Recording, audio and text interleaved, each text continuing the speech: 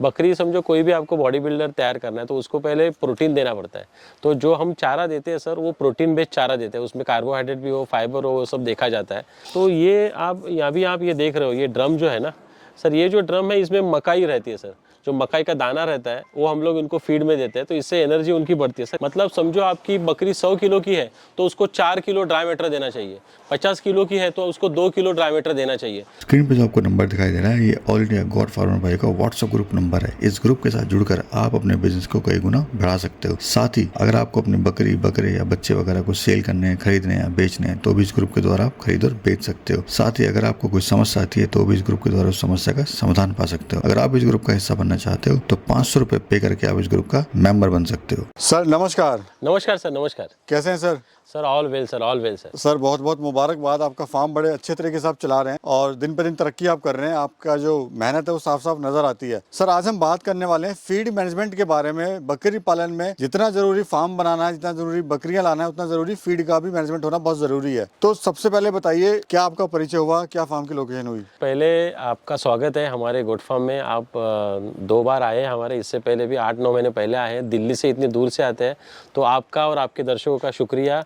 Sir बताइए इसके बारे में, बताइए जो आपने क्या सिस्टम है, क्या इससे फायदा होता है आपको? सर ये जो ड्रम है पर्टिकुलरली, इसमें 2 टन के करीब मकाई रह सकती है सर। मकाई मतलब मकाई का दाना, हम लोग जो पैलेट फीड में भी रहता है, बट अब मकाई दाना देने से ये बहुत पसंद है बकरियों को खाने में। और उसको मतलब उससे प्रोटीन परसेंट जो 7 to 8% इसमें प्रोटीन रहता है, तो इसके लिए भी हम लोग देते हैं, जो अवेलेबल है हमारे पास। तो इसमें पूरा मकाई का दाने ही है सर, जो हम लोग इसमें बाहर रखने का, इसका मतलब रखे हुए सर, टैंकी बना के आपने क्यों? एग्जैक्टली सर, इसका बाहर रखने का मतलब ये एल्यूमिनियम है, इसलिए इसको कोरोजन नहीं होता है। देन ये बाहर रखने से भी इसको पानी भी गिरता है तो पानी निकल जाता है, और धूप में रखने से इसमें कोई अंदर कीड़ा नहीं रहता। तो साइंटिफिकली ये ऐसे रखा है। सर ये क्या है, सुबह जैसे मैंने बोला पैलेट फीड देते हैं, सुबह 8 बजे आके वो क्लीनिंग कर लेते हैं, फिर पैलेट फीड देते हैं। उसके आधे घंटे बाद ये साइलेज देते हैं। एक्चुअली क्या हमारे कोंकण में ना जमीन इतनी ये नहीं है कि हम लोग इतना चारा बनाए, और 250 एनिमल के लगभग मेरे को 12 टन का चारा लगता है, हरा चारा। तो ये साइलेज जो है अवेलेबल रहता है, साइलेज जो 1 साल तक टिकता है। मतलब ये क्या है सर, जैसे अचार बनाते हैं ना इसको दबा के, मतलब ये मकाई का ये है सर, जब उसका दाना बनता है तो उसको इसको पीस के मशीन में काट के उसको छोटा इसको दबा के रख देते हैं, इसको साइलेज बोलते हैं। तो ये हरा चारा हो जाता है, और इसकी क्वांटिटी जो है हमको 2 kg पर एनिमल देनी है। अच्छा सर, हमने देखा है जो अक्सर जो किसान भाई है वो दिन में भी वही फीड दे रहा है, सुबह दोपहर में वही दे रहा है और शाम को भी वही फीड दे रहा है, तो क्या ये सही है, गलत है? सर कोई ऐसा गलत तो नहीं बोल सकते, हर एक का क्लाइमेट के ऊपर डिपेंड रहता है। इसमें क्या होता है सर, हम जो है 3 टाइप का फीड देना चाहते हैं। एक जो है खुराक जो है पैलेट फीड, दूसरा है हरा चारा, तो ये सूखा चारा। तो कोई लोग ऐसे होते हैं जो हरे चारे पे ही अपना फार्म बनाते हैं, और कोई ऐसे है जो सूखे चारे पे रखते हैं और अपना खुराक देते हैं। तो सूखे चारे पे आप सर फार्म लगा सकते हो, हरे चारे पे नहीं लगा सकते। आपको सूखा चारा मतलब तुअर भूसा, सोयाबीन भूसा, मूंग भूसा ये देना ही पड़ेगा, क्योंकि उससे उनका मेटाबॉलिज्म बढ़ता है, जो शरीर में चमक आती है, डाइजेशन वगैरह उससे ही सर अच्छा होता है। सर बकरी पालक भाई ये कैसे जाने कि उनको उनकी जो फीड है वो कैसी होनी चाहिए ताकि उनको जो वेट गेन है बकरियों का वो ज़्यादा मिले? सर ये बहुत अच्छा सवाल है सर, ये बहुत सारे मिथ है इसमें सर। आपको बताता हूँ, ये हमारे गूगल पे भी है और वेटरनरी में लिखा है सर। हर एक बकरे का जो या बकरी के जो वेट होता है उसको उसके वेट का 4% उसको ड्राई मैटर देना पड़ता है। मतलब समझो आपकी बकरी 100 किलो की है तो उसको 4 किलो ड्राई मैटर देना चाहिए, 50 किलो की है तो उसको 2 किलो ड्राई मैटर देना चाहिए। तो मैं आपको इसमें बताता हूँ, समझो आपकी बकरी, ये जो कोई बकरी है 50 किलो की है, तो 50 किलो को बकरी को हम लोग ऐसे डिवाइड करते हैं, जो उसका खुराक है पैलेट फीड वो 500 ग्राम देते हैं, वो ड्राई हो गया। फिर 1 किलो उसको सूखा चारा देते हैं। सूखे चारे में तुअर भूसा होता है, सोयाबीन भूसा होता है, या मूंग का भूसा होता है। ये 1 किलो हो गया, मतलब 1.5 किलो आपका ड्राई फीड हो गया। अब 50 किलो को 2 किलो देना है, तो हम लोग क्या करते हैं, 2 किलो लगभग हम लोग उसको गीला चारा देते हैं। गीले चारे में क्या होता है, 70% पानी होता है, 30% कार्बोहाइड्रेट होता है। तो आप 30% भी पकड़ो उसका, तो वो 500 ग्राम हो जाता है। मतलब 4 किलो आपका पूरा ड्राई मैटर हो गया, सूखे चारे में, गीले चारे में और खुराक में। जी। अब सर ये बताइए कि सूखे चारे का क्या फ़ायदा होता है, गीले चारे का क्या फ़ायदा होता है?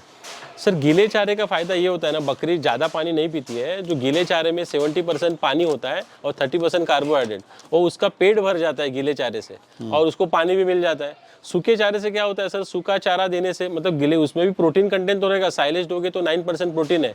अगर आप सूखे चारे में उसको तुरई भूसा दोगे, तुरई भूसे में 12% प्रोटीन है, मूंग भूसे में 12% प्रोटीन है, सोयाबीन भूसे में 12% प्रोटीन है, और हरभरा आप दोगे चने वाला तो उसमें 6-7% प्रोटीन है।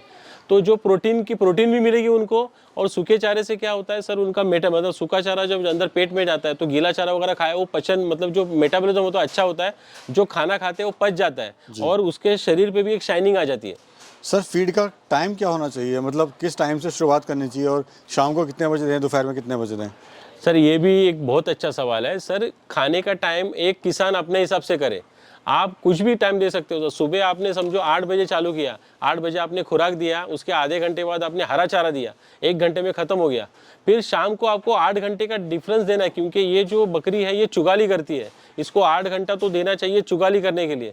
फिर शाम को उसको 5 बजे या 6 बजे दो, कैसे भी करो, उसके पूरे टाइम पे टाइम फिक्स रखो। जैसे हमारा टाइम खाने का फिक्स होता है, अगर आपको बकरी पे टाइम नहीं दिया तो वो चिल्लाएगी, भूख रहेगी, और फिर उसको बाद में दोगे तो वो खाना भी नहीं खाएगी। टाइम फिक्स रखो और 2 टाइम ही खाना दो, सुबह शाम को। आप टाइम कोई भी रखो, सुबह 8 बजे दो, शाम को 6 बजे दो, सुबह 10 बजे दो, शाम को 5 बजे दो। 2 टाइम दो और बीच में 6 घंटे या 8 घंटे का गैप रखो। सर जो लोग कहते हैं या जो किसान भाई हमारे कहते हैं कि हमारी बकरियों का वजन नहीं बढ़ रहा, उन लोगों के लिए आप क्या कहना चाहते हैं? और बड़े परेशान रहते हैं। सर पहले तो जो गोट फार्मिंग है ये समझ लीजिए सर, ये मीट का बिजनेस है। अब मीट मतलब क्या, जैसे उसका वेट बढ़ेगा तो पहले मैं आप सभी किसान भाइयों से बोलना चाहता हूँ, जब आप गोट फार्मिंग के लिए ये करो, शेड बनाओ, तो सर एक वजन काटा लो। सर वजन काटा लो और हर अपने बकरी की हर हफ्ते नहीं हो सकता है तो हर 15 दिन में वेट करो। तो आपने जो चारा दिया है, जैसे मैंने अभी बोला 2 किलो मतलब 4 किलो जो 4% जो ड्राई फैटर दिया, उसके बाद हर 15 दिन में उनका वेट करो। वजन करने से मालूम पड़ेगा कि मेरी जो प्रेग्नेंट बकरी है उसका वजन क्या बढ़ रहा है, नॉन प्रेग्नेंट बकरी है उसका वजन क्या बढ़ रहा है, और जो मेरे बच्चे पैदा हुए उनका वजन क्या बढ़ रहा है। अगर आपका वजन नहीं बढ़ता है तो उसको आपको डॉक्टर को पूछना पड़ेगा मेरा क्यों नहीं बढ़ रहा है। बट अगर जिस तरह से हम लोग अगर प्रॉपर वैक्सीनेशन करो, प्रॉपर डीवर्मिंग करो, और प्रेगनेंसी में भी आपको बकरी की डीवर्मिंग करनी है, ये जान लो। लोग बोलते हैं कि प्रेगनेंसी में डीवर्मिंग नहीं, प्रेगनेंसी सेफ डीवर्मर आते हैं, उससे आप करोगे तो आपका जो बकरी है और आने वाला बच्चा है जो तंदुरुस्त रहेंगे, उसका वेट गेन होगा। जी अच्छा सर, फीड के साथ साथ और क्या दे सकते हैं अगर किसी के भाई के यहाँ पर फीड नहीं है तो?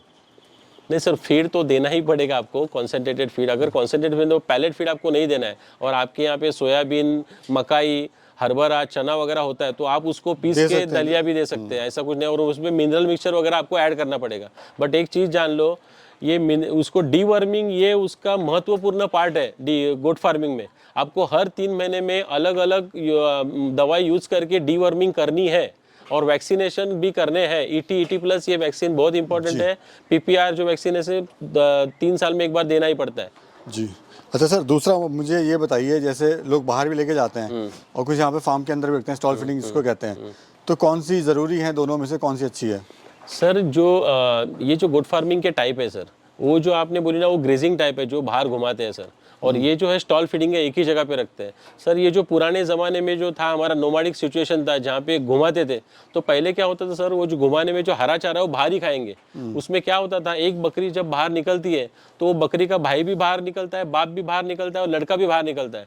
तो जब वो हीट पे आती है जंगल में, तो वो जो ताकतवर होता है उसको ब्रीडिंग करता है। इससे क्या होता है, इनब्रीडिंग होता है। मतलब अपने बाप ने ही अपने बेटी को प्रेग्नेंट किया है, या उसके भाई ने प्रेग्नेंट किया, बेटे ने किया है, तो इसमें जो आने वाला बच्चा है वो हैंडीकैप होगा, मर जाएगा। इससे आपकी पेडिग्री मेंटेन नहीं होगी, आपका गोट फार्मिंग का बिजनेस आगे नहीं जाएगा। इसलिए स्टॉल फीडिंग करो। स्टॉल फीडिंग में उसको कान पे टैग लगाना ज़रूरी है, उससे आपको मालूम पड़ता है वो बकरी का पेडिग्री क्या है, उसके माँ बाप कौन है। तो उसके हिसाब से जो मेल ब्रीडिंग करना वही मेल ब्रीडिंग करके आप उसका पेडिग्री मेंटेन कर सकते हैं। जी सर, बच्चे को किस तरह की फीड देनी चाहिए?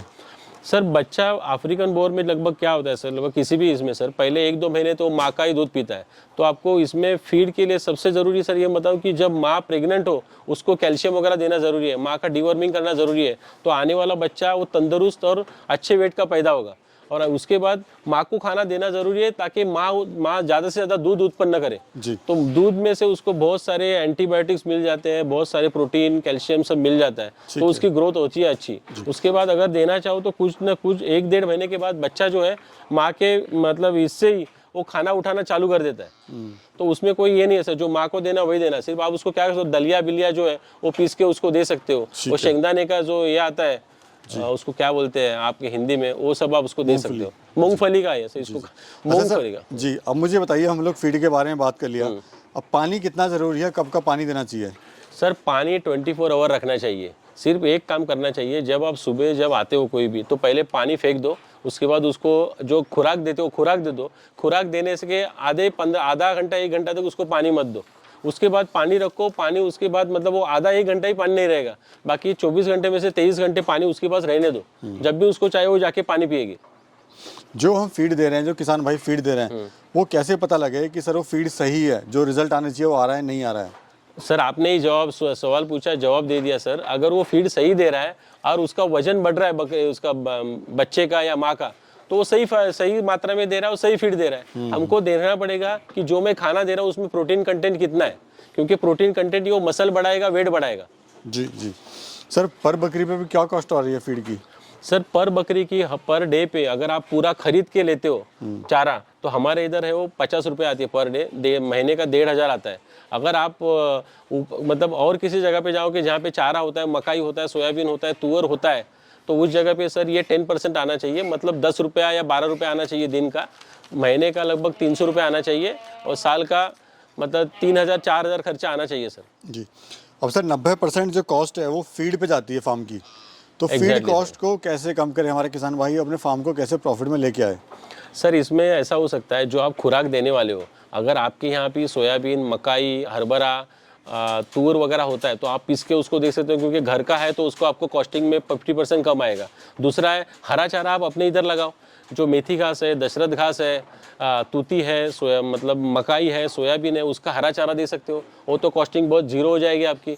और सूखा चारा जो है आपकी, अगर आप खुद सोयाबीन लगाते हो, तुअर लगाते हो, तो उसका जो छिलका है दाने के ऊपर का वो आता है सर, बहुत सारी जगह पे वो छिलका आग लगा दिया जाता है खेत में, तो आप उसको कम से कम में कैसे देखो, इसमें तूर भूसा जो है महंगा है, वो लगभग हमारे पास ही आता है, मतलब जगह पे ही वो 8-10 रुपया मिलता है, फिर वो आगे जाके ट्रांसपोर्ट के हिसाब से बढ़ जाता है। सोयाबीन भूसा है वो उससे कम है, आधे में 3 रुपया 2 रुपये किलो में मिलता है। मूंग का फली है वो भी 2 रुपये 3 रुपये किलो में मिलता है जगह पे। जी जी। तो इस तरह से फार्म को कम खर्चे में प्रॉफिट में ला सकते हैं। हाँ, हरा चारा भी आपका फ्री हो गया, सूखा चारा फ्री हो गया, जो भी आपको देना है वो जो कॉन्सेंट्रेट फीड है उसका ही खर्चा है। चलिए सर, बहुत बहुत शुक्रिया और बहुत बहुत धन्यवाद सर, आपने समय दिया और हमारे किसान भाई को बहुत अच्छी जानकारी दी। सर आपका भी बहुत बहुत शुक्रिया, आपके दर्शकों को भी शुक्रिया। मैं ये अभिप्रेत करता हूँ कि शायद मेरी जो इन्फॉर्मेशन है वो आप तक अच्छी तरह पहुँची हो। अगर कोई दिक्कत हो तो आप हमको कॉल करके और भी इन्फॉर्मेशन ले सकते हो। Thank you sir. Thank you sir.